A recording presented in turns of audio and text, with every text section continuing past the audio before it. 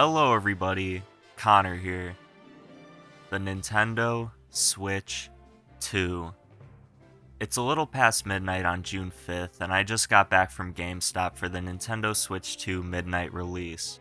I didn't have a pre-order, but I just showed up and waited in line for 4 hours for the 3 p.m. pre-ring, and luckily, I made the cut. So I thought it would be cool if I did a little unscripted video of my first impressions and feelings about the Switch 2, because I'm sure everybody's asking for it. Right now, I only have the console. I didn't order any of the other accessories, and I'm still waiting on my Mario Kart World pre-order to arrive. So for now, let's just pretend this is Mario Kart World. You're probably wondering why I didn't just get the bundle, and that's because I prefer to have the actual physical game. I know a lot of people were upset about the price, and yeah, $80 for a Mario Kart game is a bit steep. It does seem like Mario Kart World is packed with lots of content and features, but $80? I mean, I'm gonna buy it either way, but still, it's a lot of money. I'm surprised Nintendo's even confident having this pricing, especially when it's obvious they're trying to do anything possible to not have a repeat of the Wii U. Another thing I noticed was that a lot of people were upset about some of the game cards not having the actual game on it, and personally, I feel pretty indifferent about it. It's pretty much been a thing for the Xbox and PlayStation since the PS4 and Xbox One, so I'm used to it by now.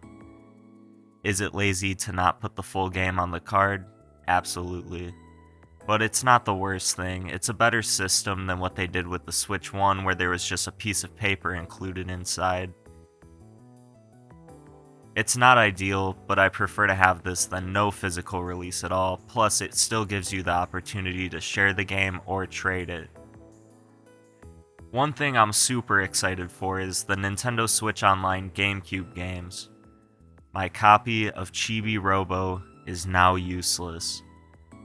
So yeah, the Nintendo Switch 2 is going to have GameCube games through the Switch Online expansion pack.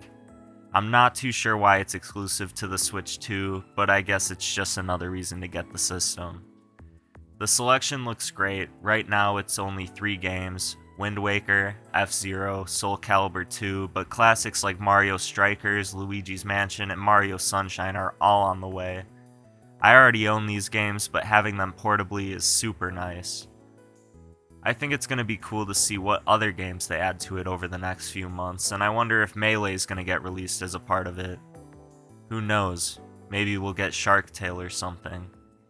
The GameCube controller they're selling is also super cool. I also have that pre-ordered. I already have the N64 one and the SNES one, and their quality is super premium, so I already know the GameCube one's going to be great. The GameCube adapter also works from the Wii U and Switch, so you already know I'm going to use my actual GameCube controllers on this thing. Now let's talk about the console. This thing's an absolute beast. It's a bit larger than the Switch, and it definitely feels more comfortable to hold. The display looks a lot better too. I mean, I'm still using my 2017 launch Switch, so that's probably why. The buttons feel a lot more premium compared to the Switch 1. They're not as clicky, but they feel great to push. Same with the analog sticks, they feel very smooth, and it's a big step up from the original. Even the Joy-Con disconnect feels nice. I was a little worried when I heard they were going to be using magnets, but they come off and snap on seamlessly. I'm definitely a fan of having the bigger console. It feels like the DSi to the DSi XL. It just feels a lot better in your hands, and the bigger display just looks so great. It's like night and day compared to the Switch 1. The UI is a lot similar to the Switch 1, but it's a lot more responsive and seamless. It felt like the Switch 1 was a bit laggy in some of the menus, especially the eShop. I can actually go to the Switch 2 eShop and navigate it, unlike the Switch eShop. They also added special sound effects for the options on the home screen, but no music. I don't know why Nintendo refuses to add music to the menus. It would definitely tie everything together. The games also run a lot better on the Switch too. Tears of the Kingdom, for example, runs noticeably better on the Switch 2 compared to the original Switch. It's actually able to maintain a stable frame rate, which is nice. A lot of the big original Switch games like Mario Party Jamboree, Breath of the Wild, and Tears of the Kingdom all got upgrades for the Nintendo Switch 2.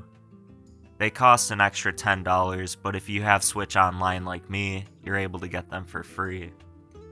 I also got the Nintendo Switch 2 Welcome Tour, which is a fun little tech demo that showcases a bunch of the Switch 2's features. It costs around $10, and I honestly wish it was free with the system, but it's still pretty cool to look around in.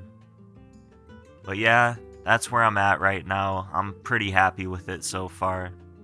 I definitely still need a little bit of time with this system to really see how I feel about it. I'm still waiting on Mario Kart World and Donkey Kong Bonanza to really form an opinion, but from what I've seen, felt, and played, the Switch 2 is off to a great start.